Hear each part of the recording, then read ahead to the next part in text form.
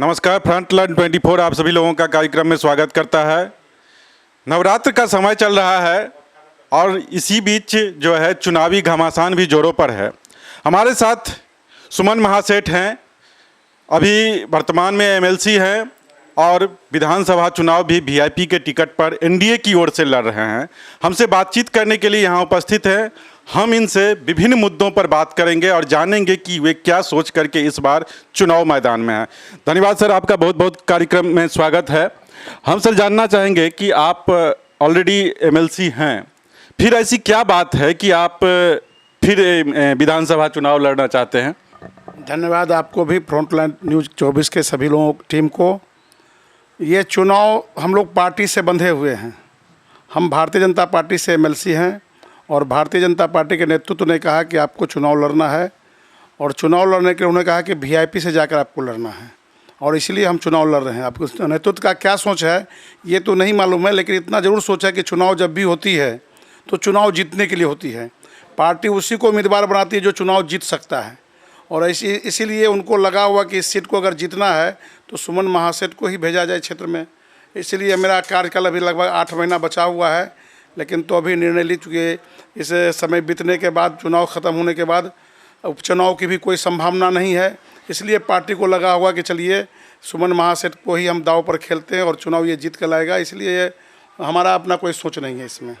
धन्यवाद सर। लेकिन एनडीए में आजकल जो है बड़ा उलटफेर चल रहा है। एक तरफ है जदयू अलग राग अलाप रहा है और एलजेपी जो है अलग राग अलाप रहा है।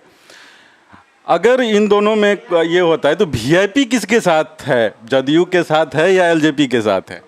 देखिए, गठबंधन की राजनीति भारतीय जनसंघ काल से ही प्रारंभ हुई थी और गठबंधन इसलिए किया गया था कि जो भी लोग आगे बढ़ सकते हैं उनको आगे बढ़ाया जाए और इसी के तहत एनडीए का गठबंधन हुआ। कई प्रदेश में कई तरह से, जैसे झारखंड में हम जदयू के साथ गठबंधन में नहीं थे, हम दिल्ली में जदयू के साथ गठबंधन में नहीं थे। तो हम केंद्र के लिए अलग गठबंधन है, राज्य के लिए अलग गठबंधन है। ये एरिया वाइज निर्भर करता है कि हम कहाँ कहाँ जो है सो गठबंधन कर सकते हैं। हमारा केंद्र में लोजप्पा के साथ गठबंधन है। उनके पिता में मैंने लोजप्पा के जो पूर्व के राष्ट्रीय अध्यक्ष रहे वो रामविलास पासवान जी मंत्री भी रहे थे। दुर्भाग्य से उनकी मृत्यु हो गई। मैं उनका शोक संवेदना भी करता हूँ आपके माध्यम से। लेकिन बिहार में पूर्व से ही पॉलिसी तय है कि जो गठबंधन में नीतीश जी को मुख्यमंत्री मानेंगे वही गठबंधन के हमारे सदस्य हैं। इसीलिए वीआईपी के भी हमारे नेता जो हैं मुकेश सहनी जी नीतीश के नेतृत्व को विश्वास किए हुए हैं। इसीलिए हम लोग नीतीश जी के ही नेतृत्व में सरकार का गठन करेंगे। धन्यवाद सर। मधुबनी में एक तरफ जो है समीर महासेठ हैं, आरजेडी से सिटिंग एमएलए हैं। रामदेव महतो हैं जो भाजपा से जुड़े हुए थे, अभी निर्दलीय लड़ रहे हैं चुनाव। इसमें से आप क्या मानते हैं, आपका टक्कर किससे है? देखिए, अभी का हम जो अभी 3-4 दिन से क्षेत्र में भ्रमण कर रहे हैं, लोग विकास का दीवाना है। चूँकि पिछले बार कुछ आप कारण से मान लीजिए नहीं ठीक से रचना हो पाई, जनता बहुत आगे थी और रचना में हो सकती है कि हम लोग की कमी रही हो। हम लोग बहुत मिनिमम वोट से हारे थे, लेकिन इस बार पूरी रचना हमारी तैयार है। फौज, पूरी कार्यकर्ताओं की फौज तैयार है और इस बार बहुत अभूतपूर्व, मैंने हमको लगता है कि मधुबनी विधानसभा में अभी तक जितने वोट से हम लोग जीते थे उससे कई गुना अधिक वोट से जीतेंगे। हम रामदेव महतो की बात आप बीच में उठाए हैं। रामदेव महतो हम लोग के गार्जियन रहे हैं।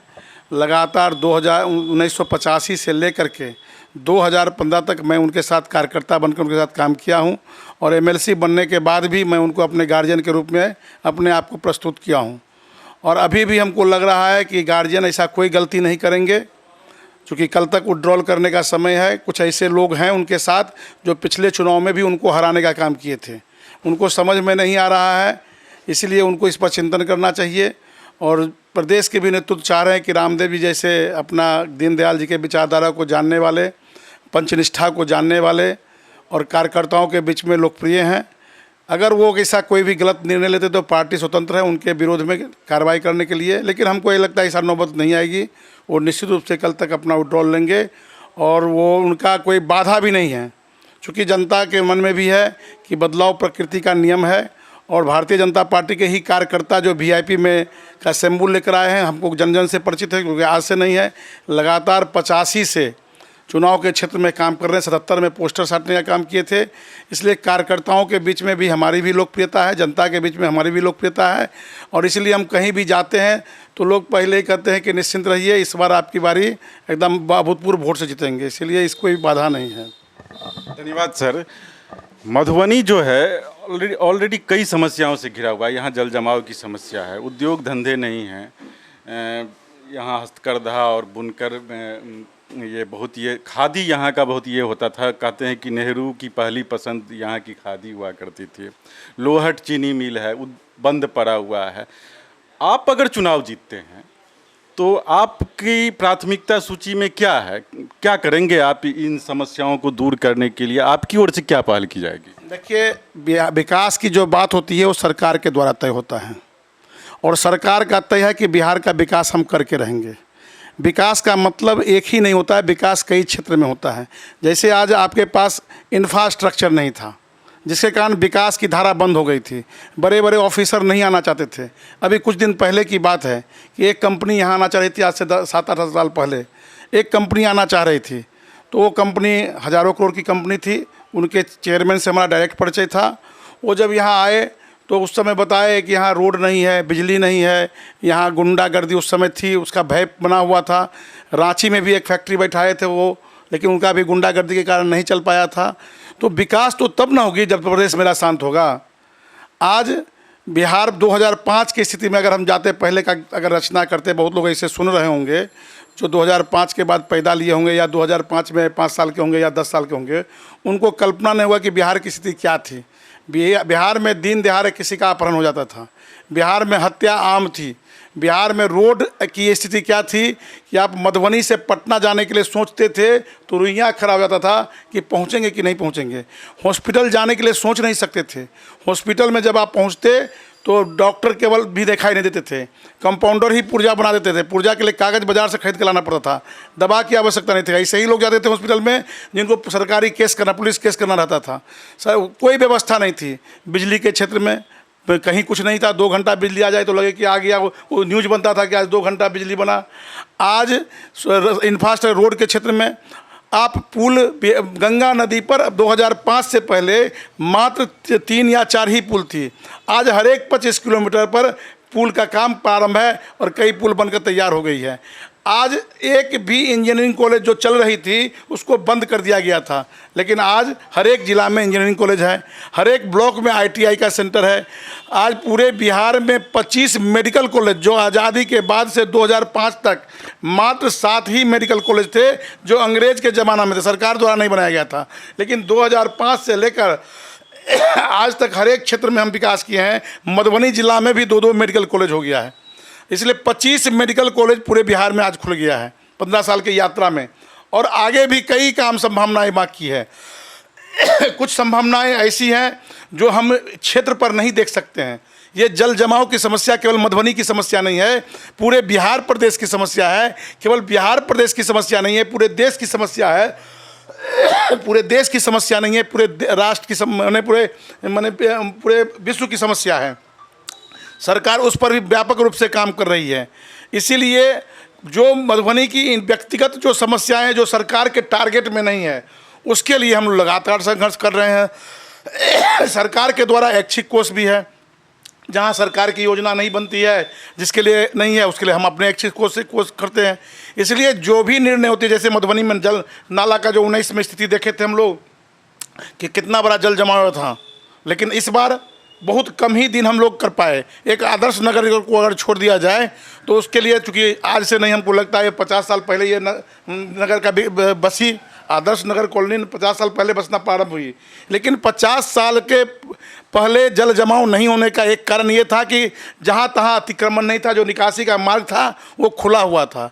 लेकिन इस 50 साल के अंदर में जैसे जैसे विकास करते गए, लोग मट्टी भरते गए और अतिक्रमण हुआ। अब अतिक्रमण हटाने के लिए भी सरकार के पास योजना है, और निश्चित रूप से आने वाले समय में अतिक्रमण की जो एक बहुत बड़ी समस्या है, उस समस्या को भी सरकार अपने स्तर से प्रयास करेगी। और जो आदर्श नगर कॉलोनी का जो समस्या है थोड़ा हम आदर्श नगर वासियों को भी अपनी इस चुनावी सभा के माध्यम से हम बताएंगे कि चुनावी का कार्यकाल है, चुनावी यात्रा है। आप लोग भी थोड़ा जागरूक रहिए। जब जल जमाव की समस्या होती है तब आप जगते हैं। ऐसे भी अनदिना भी कभी भी यहाँ के हमसे बातचीत कीजिए। हम एमएलसी हैं नहीं है, सरकार तक पहुँच है मेरा, चूँकि आप पूर्व एमएलसी भी रह जाएंगे, जीतेंगे तो विधायक भी होंगे, तो मेरे पास पहुँच है सरकार तक। हम लोग एक इंफ्रास्ट्रक्चर कैसे इसका विकास हो उसके लिए एक कमेटी बनना चाहिए, और कमेटी का साप्ताहिक या महीना में या 15 दिन पर हमारे जैसे लोगों को बुलाना चाहिए। सरकार के जो बिहार के मंत्री हैं, जो मधुबनी जिले में 4 मंत्री हैं, सभी लोग अपने किसी न किसी कार्यक्रम में अपने मंच पर बुलाते हैं, तो अच्छी बात है कि हम उनको सम्मान देते हैं, लेकिन अपनी समस्या को भी दिखाने के लिए अच्छा से सभी लोगों को ऑर्गेनाइज करके बुलाना चाहिए, और उनके माध्यम से सरकार के जो इंजीनियर हैं या जो भी इंफ्रा सचिव हैं सबको बुला करके कि इसका समस्या का समाधान का क्या मार्ग हो सकता है।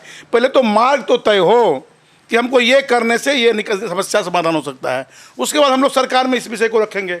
हम उठाए थे मधुबनी शहर के 3 जो कैनाल है, जो अंग्रेज ज़माने के कैनाल थे, वो जाम हो गया था, तो उन्होंने बहुत गंभीरता से वहाँ के चैतन्य प्रसाद जो सेक्रेटरी थे, जब सरकार में उठाए थे तो स्वयं आए थे, निरीक्षण किए थे, और उन्होंने स्ट्रांग वे बनाया है कि आप नीचे से पानी का बहाव होगा, ऊपर से रोड चालू होगा। ये बहुत बड़ा प्रोजेक्ट है जिसके कारण पूरे शहर का जो नया शहर विकास नहीं किया, जो पुराना शहर का जो आबादी है, निश्चित रूप से आने वाले समय में जल जमाव से मुक्ति होगी। लेकिन चूंकि जैसे जैसे आबादी बढ़ेगी समस्या बढ़ती जाएगी, सरकार भी तीव्र गति से समाधान के लिए आगे बढ़ेगी। इसलिए हर एक समस्या पर हम लोग का निगाह है, चूँकि आज से नहीं, हम लोग जब से मैट्रिक पास किए तब से हम मधुबनी समस्याओं में हमेशा संघर्ष के अंतिम पंक्ति में रहे हैं, और जो सरकार का लक्ष्य है उसको हम पूरा करने के लिए आगे बढ़े। इसलिए अगला जो पंचवर्षीय है सभी एनडीए के लोग मिलकर तय करेंगे कि मधुबनी का कौन सा काम प्राथमिकता पर लेना है। धन्यवाद सर। मधुबनी जो है इसके बारे में कहा जाता है कि ये मिथिला की हृदय स्थली है। यहाँ पर सांस्कृतिक कई आयोजन होते रहते हैं शहर में, लेकिन सांस्कृतिक आयोजन करने के लिए कोई एक सेंटर नहीं है। इस हृदय स्थली में मैथिली उपेक्षित है और सिलेबस में जो है शामिल करने के लिए संघर्ष चल रहा है। आपने बताया कि आप भाजपा से हैं, और भाजपा के ही शासनकाल में जब अटल जी प्रधानमंत्री थे उन्हीं के शासनकाल में मैथिली को 8वीं अनुसूची में शामिल किया। यह अटल जी की देन है कि आज कोसी महासेतु है। लेकिन नीतीश सरकार पर एक आरोप लगता रहा है कि यह सरकार मैथिली विरोधी है। अगर आप चुनाव जीत जाते हैं तो इस मुद्दे को लेकर आपका रुख क्या रहेगा? एगो तो मैथिली के विषय है, वह हम मैथिली में बाजै छी। चूँकि अहाँ जे आरोप लगले नीतीश कुमार पर, निश्चित रूप से अहाँ के उनका बारे में कोई जानकारी नहीं है, न मिथिला के बारे में, मैथिली के बारे में कोई जानकारी है। अहाँ के मालूम होत कि लगातार मिथिला और मैथिली के लेल जितने नीतीश कुमार जी के नेतृत्व में काम करल गेल है, आज तक कोनो राजद के शासनकाल में या कांग्रेस के शासनकाल में नहीं करल गेल है। अब अहाँ बताओ कि मिथिला पेंटिंग के लेल विश्वविद्यालय के स्थापना कतऽ भेलै है? बताओ, अहाँ जवाब दियो। अहाँ पत्रकार छी, अहाँ के नहीं जानकारी है, ये प्रश्न नहीं उठावे के चाहिए। निश्चित रूप से मिथिला और मैथिली के विकास जते एनडीए के शासनकाल में भेले, चाहे अटल जी के नेतृत्व में भेले, जते मोदी जी के नेतृत्व में भेले है, आई मिथिला के जे पेंटिंग है, ये गौरव के बात है कि आई जब हाट में जाए छथिन हमारे प्रधानमंत्री विदेश में, तो सबसे पहले खोज करते कि मिथिला पेंटिंग का कोई है चीज़। ऐसे की आकर्षण नहीं लगे कि विश्व में आई मिथिला पेंटिंग के पहुँचावे के काम कर रहा छथिन एक उपभोक्ता बन करके। एक उपभोक्ता के नाते आज जाए छथिन विदेश में, देखे कि हमारा मुख्य भोजन मखाना होना चाहिए। आके नहीं लगे कि मिथिला और मैथिली के जे जड़ है, हम सब कोनो शुभ काम में बिना मखाना और पान के जे है कोनो शुभ काम नहीं हुए है। वही में जब मिथिला के पूरा एनडीए के सरकार है, तब हाँ कहे छिए। हाँ, एगो बात निश्चित है कि राष्ट्रीय भाषा अनुसूची में जब राष्ट्रीय भाषा बनले मैथिली के, जे अटल जी के योगदान बहुत बड़ा योगदान है, पंडित ताराकांत झा के भी योगदान के नहीं भूलल जा सके है। मिथिलांचल के लोग भी बहुत बड़ा योगदान दिलखिन। चूँकि हमारे सांस्कृतिक प्रदेश है, ये कोई हमारे बनावटी प्रदेश नहीं है मिथिला और मैथिली, ये कोई किदवंती नहीं है। मिथिला और मैथिली एक सभ्यता से जुड़ल है। निश्चित रूप से अंग्रेज के काल से लेकर राबरी और लालू के काल में मिथिला और मैथिली के जो उपेक्षा करल गए ओकर क्रम दुनों पार्टी भुगत रहा है।